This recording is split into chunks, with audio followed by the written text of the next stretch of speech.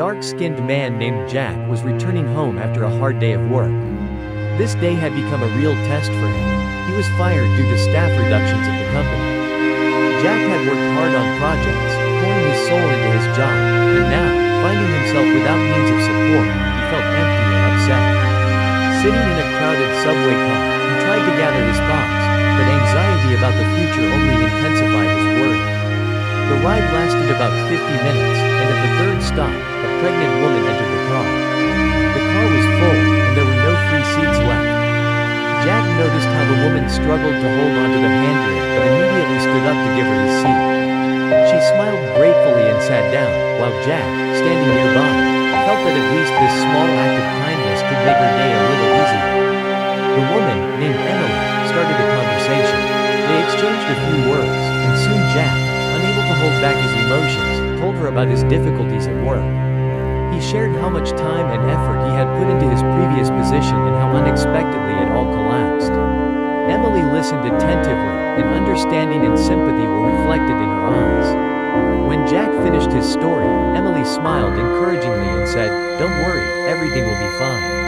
I have an idea for you." She took a business card from her bag and handed it to him. "This is my husband's company. I can talk to him and tell him about you.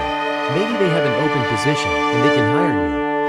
Jack was immensely happy and grateful to Emily for her kindness. He did not expect that a simple conversation with a stranger in a subway car could lead to such an opportunity. They exchanged contact information, and at the next stop, Emily got off, leaving Jack with hope. After exiting the subway, he continued to think about their conversation. He didn't know how his life would turn out, but now he had a spark of hope. In the following days, Jack couldn't shake the thought of work, and how important it was to be able to provide for himself and his family. He began to compile a list of his skills and achievements, preparing for the interview that he hoped would happen soon. 3 days later, Jack finally gathered his courage. He arrived at the address listed on Emily's business card. His heart was racing with excitement as he entered the company's office. During the interview, he was told that Emily had recommended him, and this played a key role in his employment. Jack successfully passed the interview, and soon he was offered a job.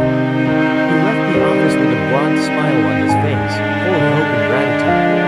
On his way home, Jack reflected on how sometimes simple gestures can have a huge impact. He realized that thanks to the kindness of a stranger, his life had changed for the better.